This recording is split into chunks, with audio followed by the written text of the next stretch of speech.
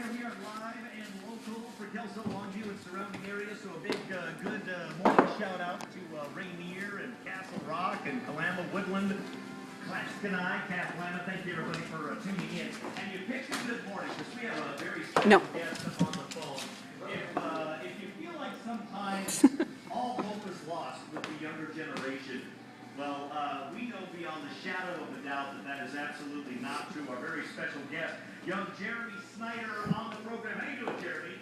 Doing great. How are you guys? Very good. Are you normally this perky in the morning? Sometimes I bug my mom about it. Yeah. Speaking of your mom, I got to hang out with your mom a little bit last Friday at Fiber Federal Credit Union for the Wheels of Hope launch, and she said that you were willing to reveal something about her that we don't know this morning. What's something that, not too embarrassing, but something about a quirk, something interesting about your mom that we need to know. We're talking, of course, about Heather from Fiber Federal Credit Union. What do you got for us this morning? You're giving me the finger crusher attack, so. She knew I was going to ask you that. Hey, let's reminisce for a moment. Hard to believe, buddy. It's been 2 years. How old are you now, by the way? I am 13. 13. Congratulations. Welcome to teenagehood. 2 years ago, we were working on a little shoe called Peter Pan. You may recall. Yes, I do. I was wondering if you do recall it or if you tried to black that out. Well, you have no idea. So, you played John, right? Yes, I did. So you're the middle kid between Wendy and Michael. And, of course, one of the big highlights of the show is that the three of you, along with Peter Pan, got to actually fly on rigging, like they do in the big shows, like on Broadway and stuff. I know.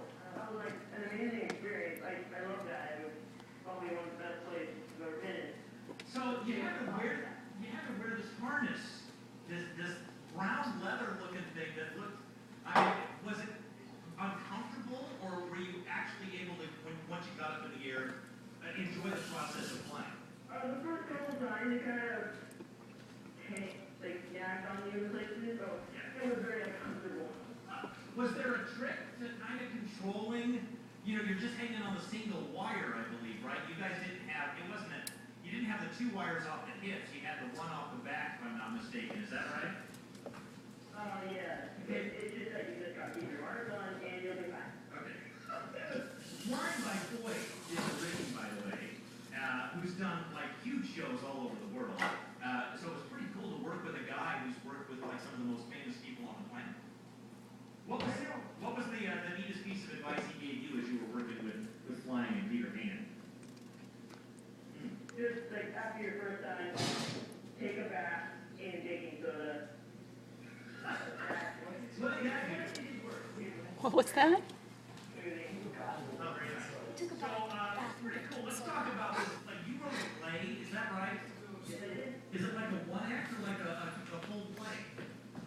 I mean, it's like a 10-minute play. I got like 6 different scenes in there. Okay. So, what inspired you to write a play? Well, particularly in this play, the Oregon Children's Theater sent out the email for, hey, we're looking for young writers, and I did. But I wanted to be so creative. So it was probably bullying, and I didn't want to use humans because I was too easy. Okay. So I tried to use birds because I noticed sometimes how birds at the beach can actually attack each other for each other's fish. Especially if somebody. I wanted to use that for bullying. Yeah, I've seen that. Hey, that's my piece of fish or my piece of bread. And like you're feeding the seagulls, there's always like a couple that are like, back off, it's mine. Yeah, there's a lot of that going on. So how long did it take you to write this 10-minute play? I'm guessing longer than 10 minutes. Yeah, but like when I first wrote the road draft, it took me about like 6 hours, and then it was like 2 minutes long. So I had to keep adding on until it took me about a week to write the road draft. Then again, and then it took me about 2 weeks to write the final draft because I had to do several different drafts. Now, did you write just dialogue, or did you also have like blocking in your script as well? I think I wrote it in just dialogue, but there was a lot of different scenes in there that had to do with different He must be getting really nervous now. He's around the corner. By the way, did you work with anybody that, like a mentor or somebody that helped you get through this playwriting process, or were you completely on your own? Oh, after when I said my first draft in, I went to Portland, and I did work with a professional playwright. His name was Matthew D. I can't pronounce his last name. Okay. He is like gave me a whole bunch of fascinating advice that I took very seriously. So give us an example of a revision that you might have made from your previous version after you met with this professional playwright. Well, at first I had like just 5 different places in the whole script, like the beach and the ocean and one of my character's house, but then I like reduced them to like 2 because in a play that would be too complicated to make all the places into one stage. That's very true. I mean, like a lot of plays take place in one room. You know, and everything happens in one place, so that is tricky bouncing around like that. So we were talking about like your acting in plays, like in Peter Pan a couple of years ago, and you've done other stuff. How did your experience on stage as an actor help you translate those skills into writing a play? Because I mean, big difference between performing somebody else's writing and coming up with your own. Well, did the acting help you? Well, actually, the acting did, yes. After like years of acting, like for like 6 years, I noticed how like the directors themselves write the story and how they make the lines a little bit funny, a little bit dramatic, and I just like pay attention to that, and I like use my knowledge of the acting and wrote the play after that, based after what the director did. Did you always have an interest in writing, or did this, by the way, if you just joined us, we're talking with Jeremy Snyder, 13 years old, who is going to be at WordFest tonight at the Fritz, because you're going to read this play, is that correct? Yes, I am. The whole thing? Now, So if you're like, oh man, I want to know what this is about, you can do this at the Ritz tonight, 6 o'clock, and so you're not going to have other people like perform it, it's just going to be you, is that correct? So did you know, like at 4, you wanted to write? I mean, at what point did you think, I'd like to write? I think I knew from a very young age, maybe 6 or 7, but was this kind of I'd like to try it, or had you always been interested? well, honestly, I wrote a couple of things. I wrote in like a second script and a long story. But honestly, writing is not my favorite topic. It's actually science. That's where the bird thing came from. You're a science guy, huh? Yeah, I love science. Like what sort of arm or branch of science are you most interested in? Do you like mixed chemicals, or what do No, you? that's not chemistry. Wildlife and animals. Well, thanks for the I correction. wrote that into wildlife. Wildlife. You think you might be a biologist or something at some Yeah, point? that's what I want to do when I grow up. No way! Mm-hmm. That'd be awesome.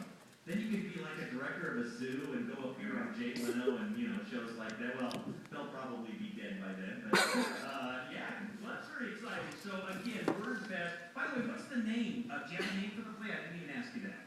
I do. I named it Bird of LA.